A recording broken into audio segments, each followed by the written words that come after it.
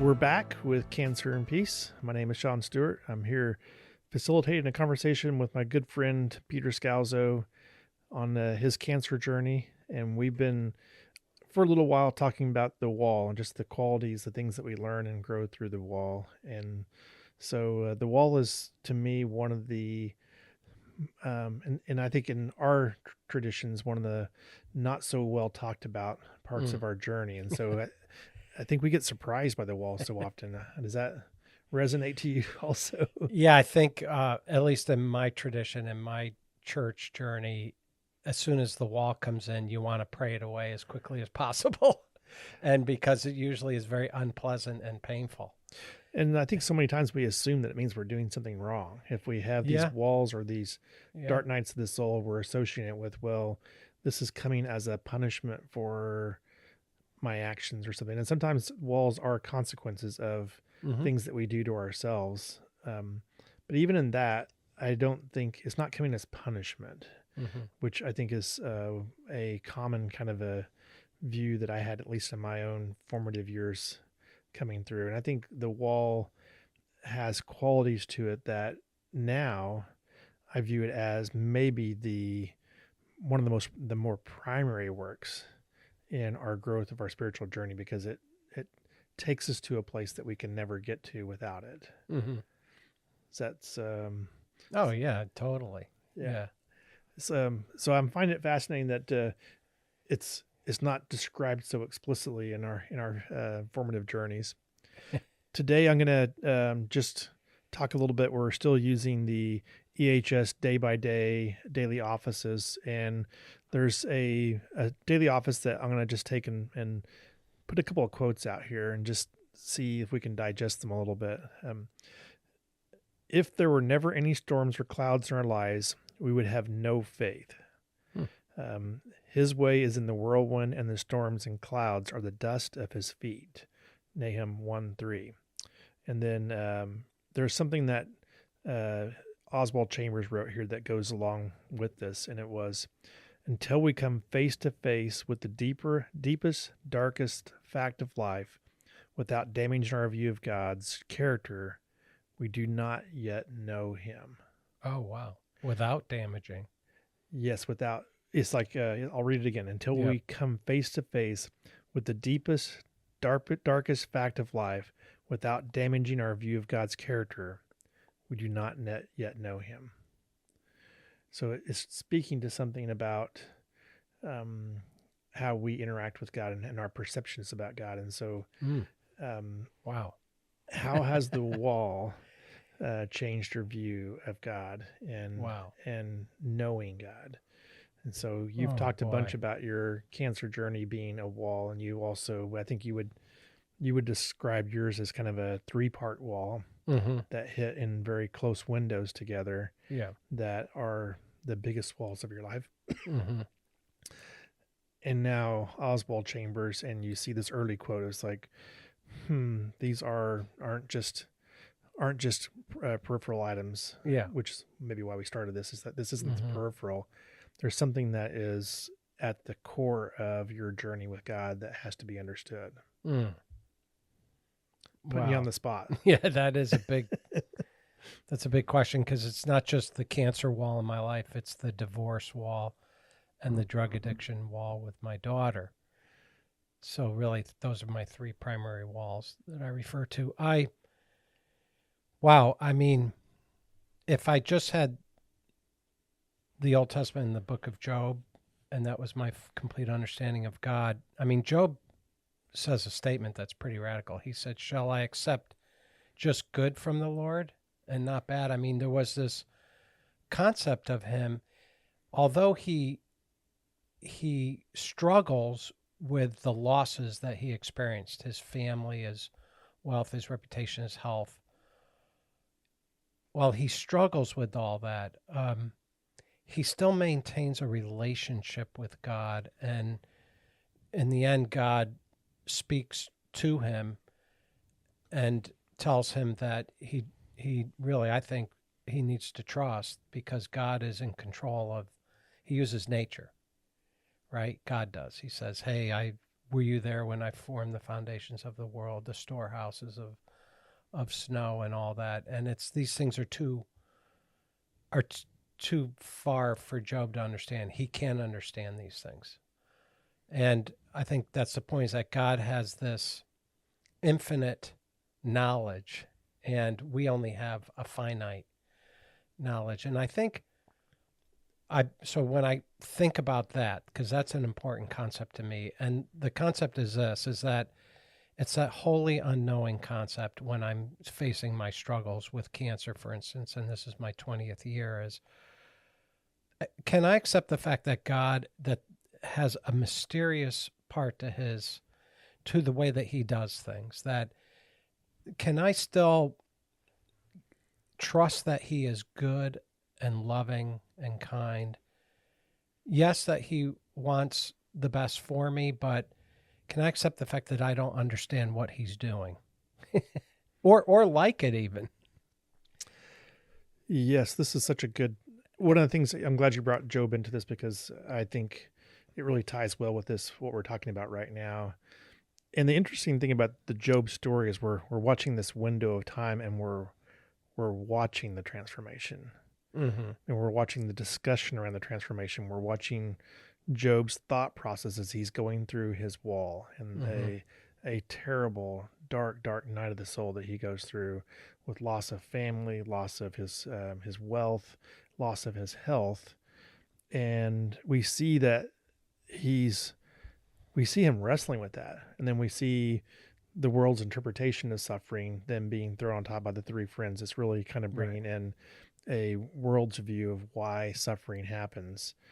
And this is, just to sit and be with Job in the transformation is hard, I think, because he's describing that what you just described is in this, during the middle of it, is the unknowing. Right. I don't know why this is happening.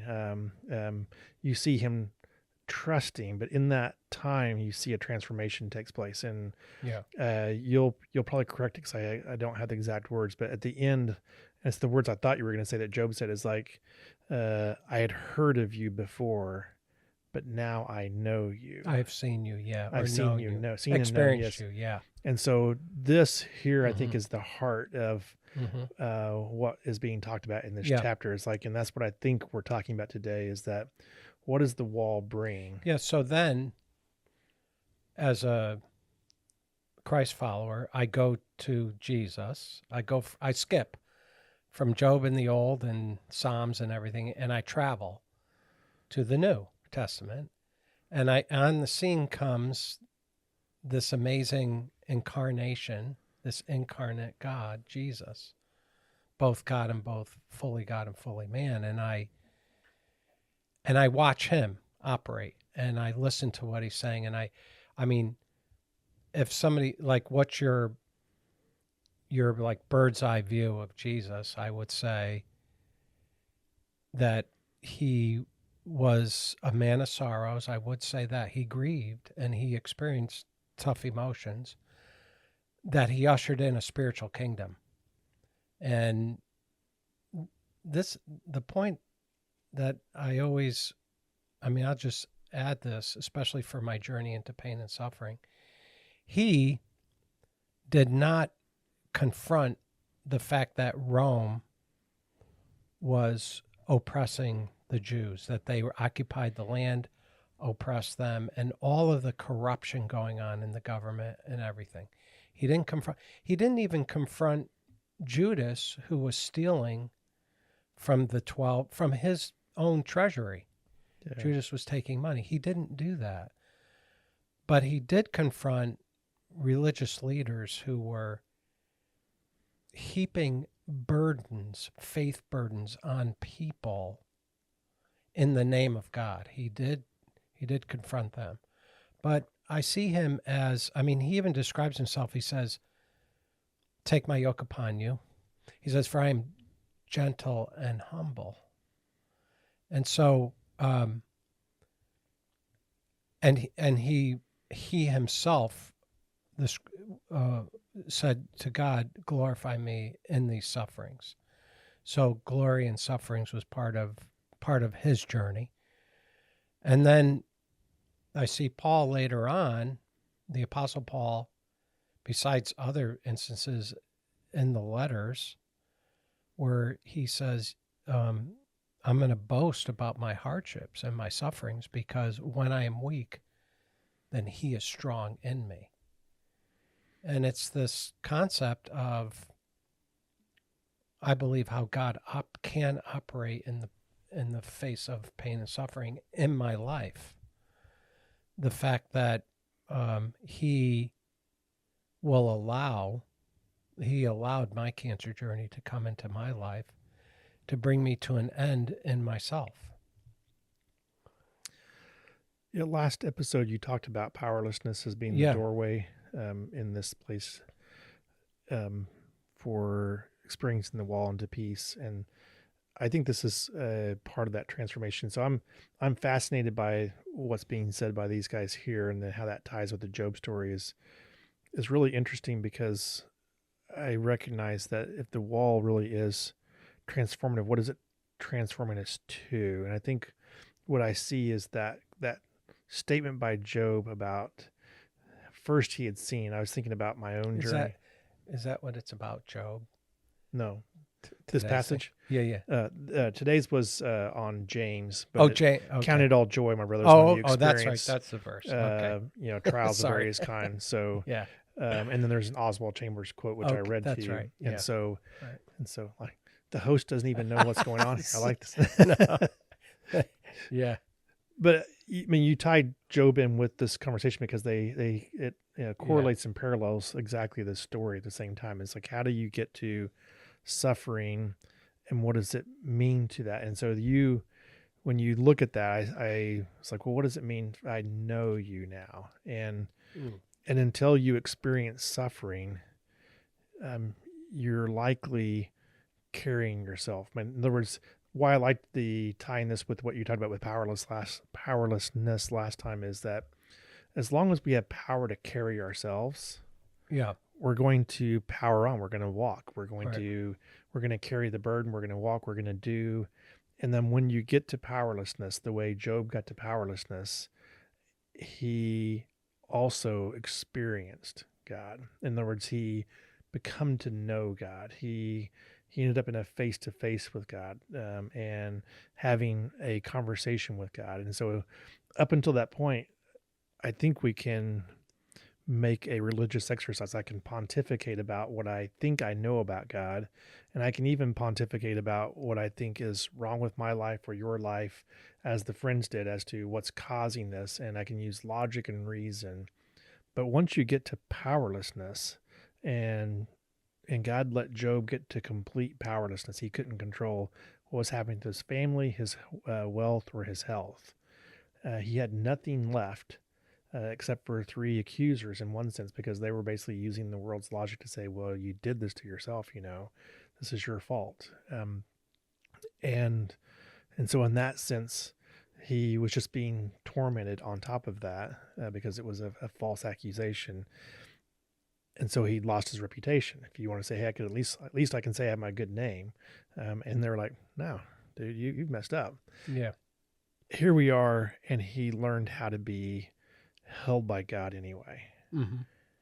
And so he experienced being carried. And real intimacy is when you get to that point of that you're recognizing that there's an intimacy of being held by God, and maybe not, we can picture it in our human sense of being held just like a little child is held by a parent with that kind of love when they are powerless, and there's an intimacy there. And it's even greater when it gets to, I think, than that. That's just a picture of what it looks like to be held by God. And Job's now going, oh, and now I know you. Now I've experienced this. And when I see this passage about that, these sufferings are just the dust at the feet.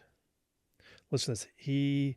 His way is in the whirlwind and the storm, and clouds are the dust of his feet. So he's moving, and yes, the suffering comes along with dust as his feet are coming along.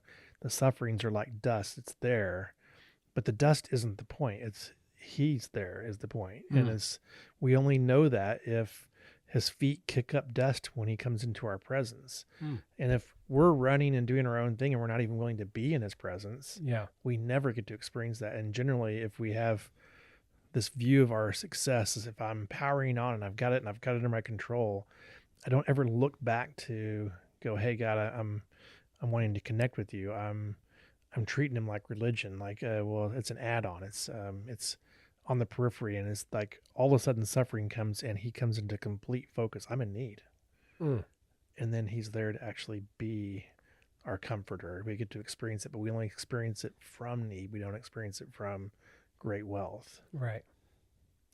And so that whole tangent that I went on had nothing to do with okay.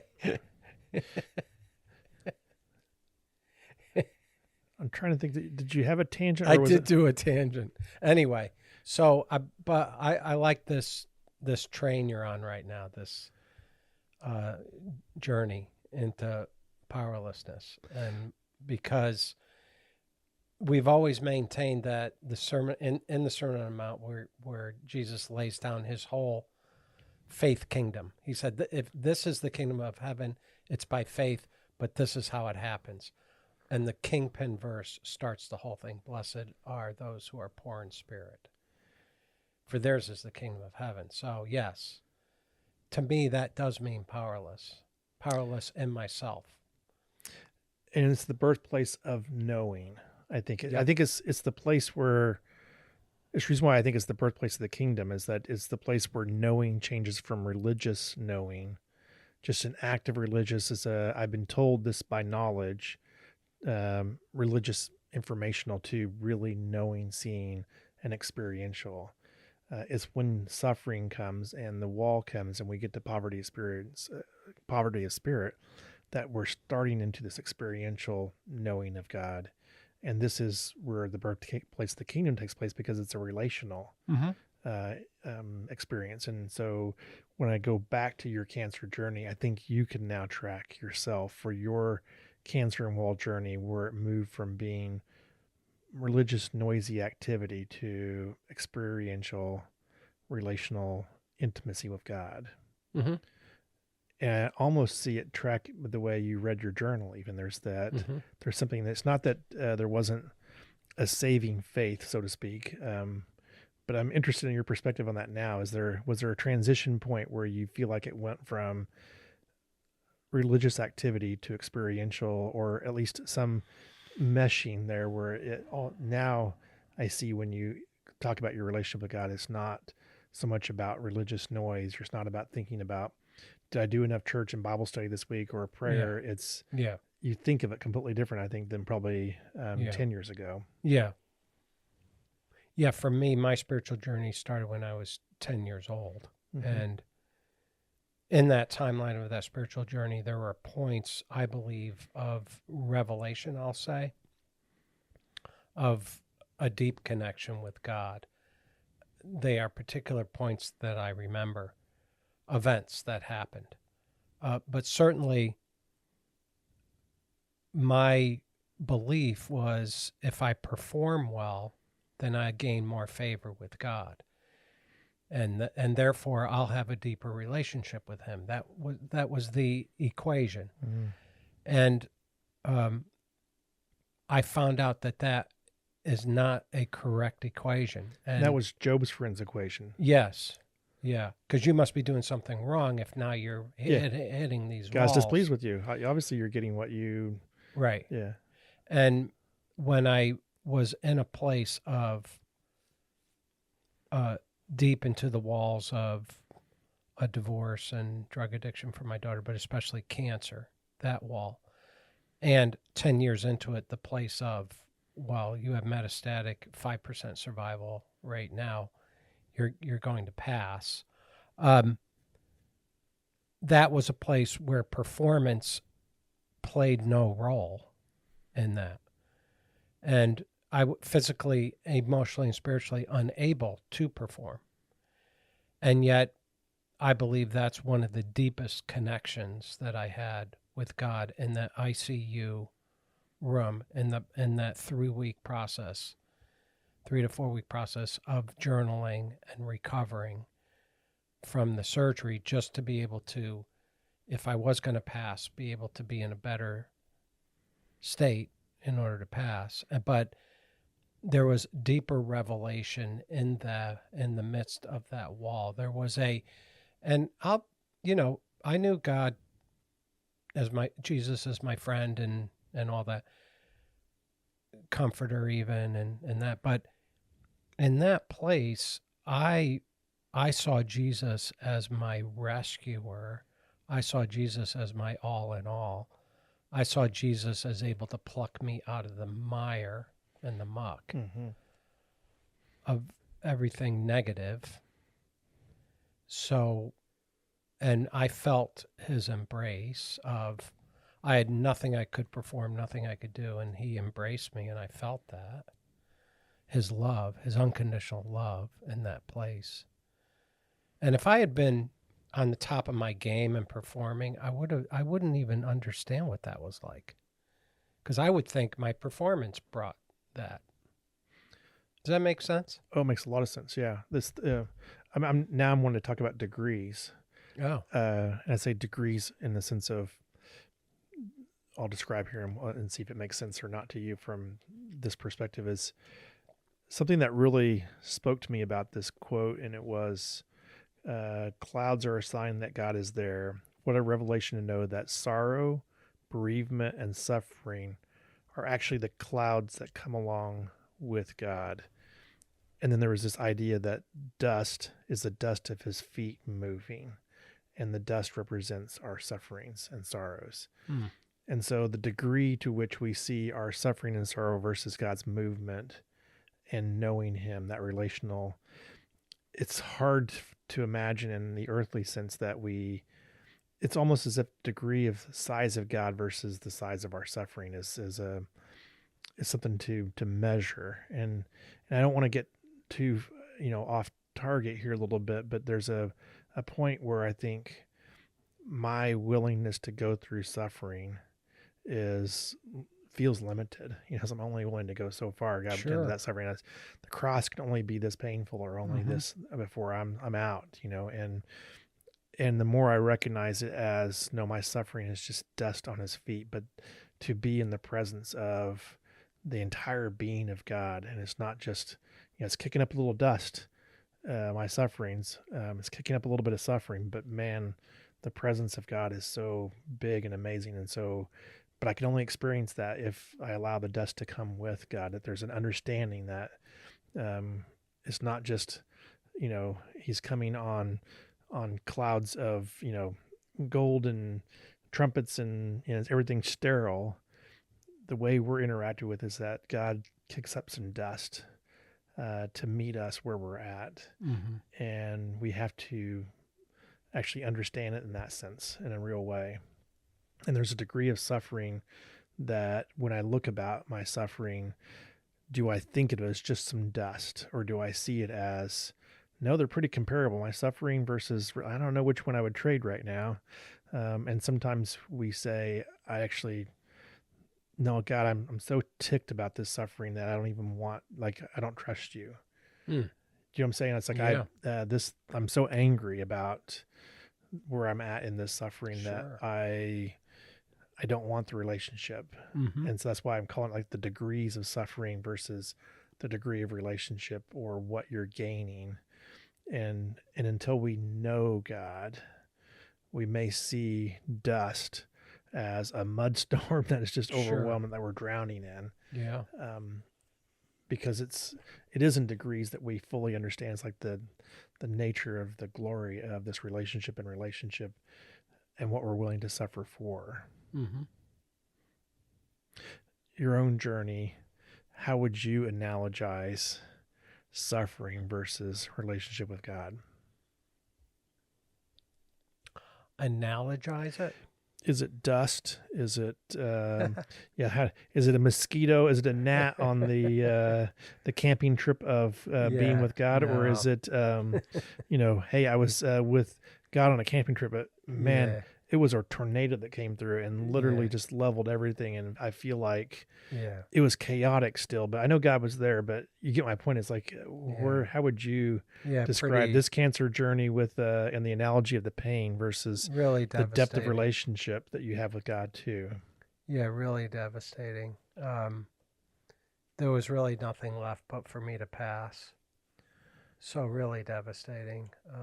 All indications were that I was going to pass, and so coming to terms with that, with God and my relationship with God, thinking that how could something like this be passing through the hands of my Jesus? You know, how could He be allowing this? So, but can I rest in Him while going through deep pain and suffering? In fact, can I cling to Him like no other time than before? Can I bask in His presence during severe times of pain and suffering? And the answer is yes, I can. I can be in His presence while I'm going through that. And also, in the face of disaster, see His face, see His hands working, and see His Spirit. That's all true. Yes.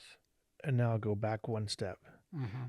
Would you avoid the disaster? Oh man.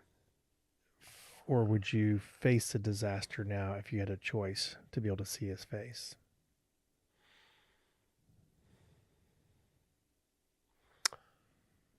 I don't like pain and suffering. Yeah. Most of us aren't masochists, so yeah. And so I'm glad He never showed me my future.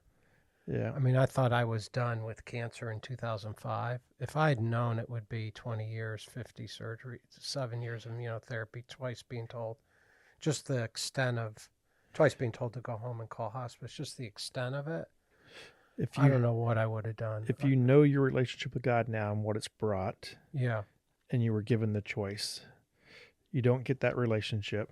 I know this is hypothetical, or you will face this, but you can now choose with knowledge. I mean, I don't like pain and suffering at all, but I love what God revealed Himself in my life and how He came alongside of me, and I felt His presence and knew He was there with me.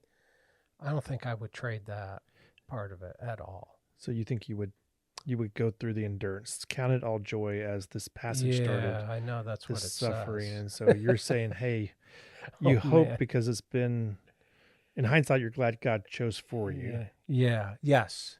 And your hope would be that you would actually choose also. I asked the Lord to do a hot fudge sundae ministry. I pictured everyone around a circular table eating hot fudge sundaes, and we would read a nice scripture.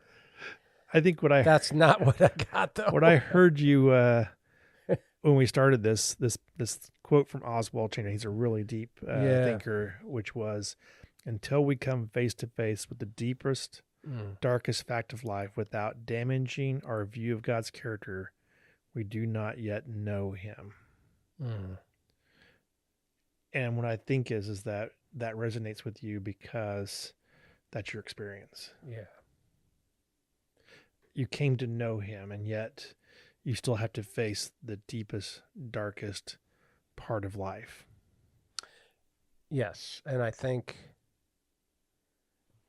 the word know, K-N-O-W, know. Yes, is in that sense involves an intimacy that it's not just know about, but it's to experience the Job way. A connection and His presence. Now I know you. Yeah. And I think that's the point of today's podcast. And there's peace in, that's a hard question, hypothetical. Would I choose suffering to know? And so, because we all really can't know that unless it was really put out there, but it brings to light. The other side of this, though, is, do I know Him? And has there been knowing, because if you're suffering and you're not actually getting to connect with the knowing, there's no peace there. But the call is to recognize that the suffering is dust at his feet. He's there. I mean, he's standing at the door knocking, saying, "Hey, I'm desirous of the deepest relationship and to know you." I have so many recollections of being in a hospital room with tubes coming out and bad diagnoses, prognoses, with just uplifted hands, just surrendering it to the Lord and just experiencing his incredible presence. You've told me, the experience of actually being held by God in that moment. That, just like you've never been held before. Right. And I remember being in Sloan, and his presence was like a blanket that Jamaican guy would come in and clean, and blessed assurance, and looking in the mirror thinking, what are you doing here? You're in great shape. You're 43. What's happening? And yet saying to the mirror, there's no other place that I'd rather be than here right now, experiencing this unbelievable presence. And in the most crazy places, Memorial Sloan Kettering in New York City, the Cancer Center, experiencing incredible presence of Jesus and thinking, this is wonderful. So his response was letting you know me. Yeah. And that's what everyone here is being called into, is to know God and the peace in your life, with some dust, mud, maybe devastation in the process. It's about peace comes from knowing, and that's Job describes. That's what you're describing here. And so my hope is that's a word of encouragement, not that the suffering isn't real, but that there is knowing in this process, that God desires to know you in the midst of it, carry you, hold you, intimacy. Yeah, amen. Yeah, thanks, Sean. That's good. Well, that's it for today. And hopefully as you're traveling through the wall, you're getting to know God. So thanks for listening. Thanks. Blessings.